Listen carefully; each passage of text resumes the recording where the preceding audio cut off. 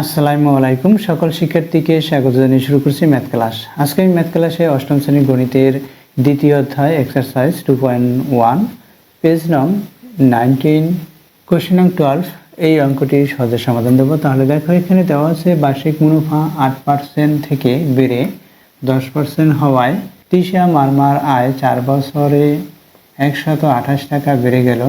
তার মূলধন কত ছিল? মূলধন বা আসল এটা আমরা বের করব। তাহলে দেখো মুনাফার হার বৃদ্ধি পেয়েছে কত, সেটা আমরা প্রথমে লিখে নিই। তাহলে লিখি নম্বর 12। এখানে মুনাফার হার বৃদ্ধি পায়, এটা দেওয়া আছে প্রশ্নে যা যা দেওয়া আছে সেটা আমরা প্রথমে লিখে নিতে পারি। দেওয়া আছে কত? মুনাফার হার বৃদ্ধি পায়, মুনাফার হার বৃদ্ধি পায় -8% ইকুয়াল 2% অর্থাৎ 2 টাকা। 4 বছরে 128 টাকা বৃদ্ধি পেল। তাহলে এখানে দেখো 100 টাকায় 1 বছরে কত টাকা বৃদ্ধি পেল? 2 টাকা। 100 টাকায় 4 বছরে কয় টাকা বৃদ্ধি পায়? 8 টাকা। সময় 4 বছর। তৃষা মারমার আয় 4 বছরে এত টাকা বেড়ে যায়, 4 বছরে এবং 4 বছরে বৃদ্ধি 128 টাকা, এটা দেওয়া আছে। এখন আমরা কীভাবে বের করব?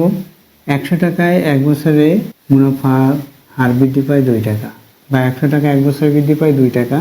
তাহলে লিখি 100 টাকায় 1 বছরে মুনাফা বৃদ্ধি পায় 2 টাকা। এখান থেকে আমরা লিখেছি 2% হার বৃদ্ধিতে, এটা আমরা লিখে নিতে পারি 2% বৃদ্ধিতে, এটা লিখে নিতে পারি 2% বৃদ্ধিতে।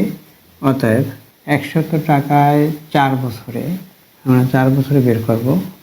অতএব 100 টাকায় 4 বছরে মুনাফা বৃদ্ধি পায় 2 গুণ 4 বা 8 টাকা। দেখো এই যে 8 টাকা বৃদ্ধি পায়, তখন আসল কত? 100 টাকা। তাহলে 1 টাকা বৃদ্ধি, এত টাকা বৃদ্ধি। তাহলে আমরা এভাবে লিখতে পারি 8 টাকা বৃদ্ধি পায় কত টাকায়? 100 টাকায়। তখন আসল কত? 8 টাকা বৃদ্ধি পায় 100 টাকায়। অতএব 1 টাকা বৃদ্ধি পায় 100/8 টাকায়। এখানে কম হবে, অর্থাৎ 8 টাকা যদি বৃদ্ধি পায় 100 টাকায়, 1 টাকা বৃদ্ধি পায়, এখানে কম হয়েছে টাকা, তাহলে এখানে টাকার পরিমাণ অর্থাৎ বৃদ্ধির পরিমাণ কম হবে, তাই এখানে ভাগ হয়েছে কত? এই 100কে 8 দ্বারা ভাগ হলো। অতএব কত টাকা? এখানে দেখো 128 টাকা বৃদ্ধি পেয়েছে, অর্থাৎ 128 টাকা বৃদ্ধি পায়।